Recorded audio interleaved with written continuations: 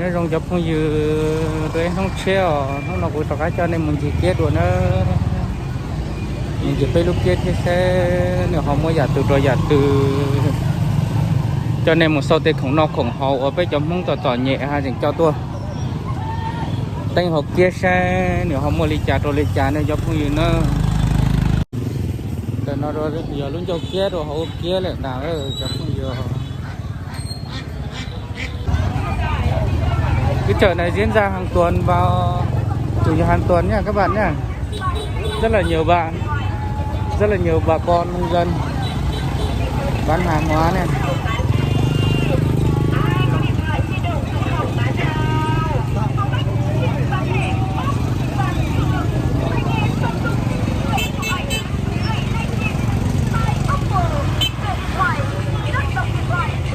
Rất là đông, rồi là bà con nông dân. Còn bây giờ cái dòng nông thế này sai cái mùa họ mùi chậu này người ta thường là muốn thường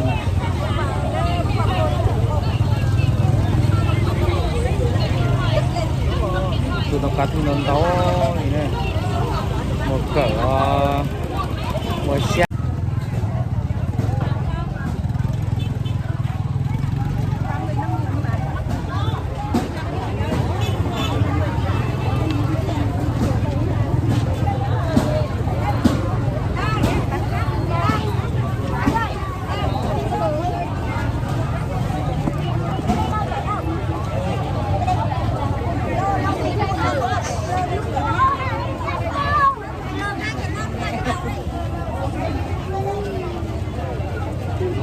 Cái gì?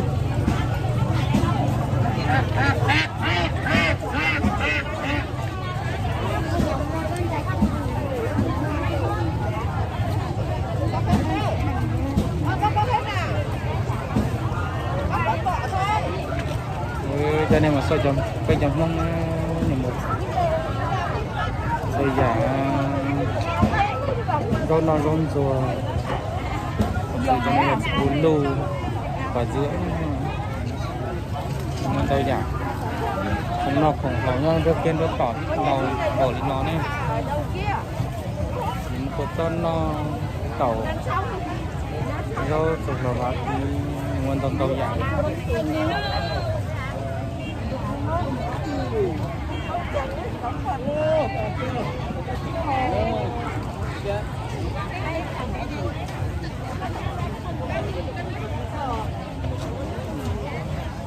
Nó chụp khá non tàu này nhá.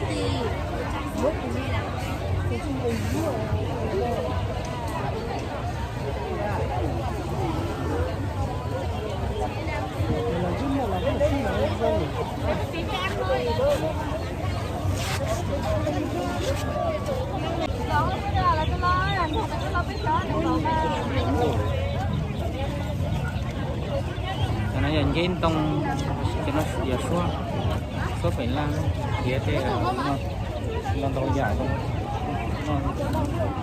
cho nó giờ dấu kia lên từ CO cài là cái cú lá nóจะจับlá này dùng mới cho chiều cái nọ này để cho cái nọ từ dùng cái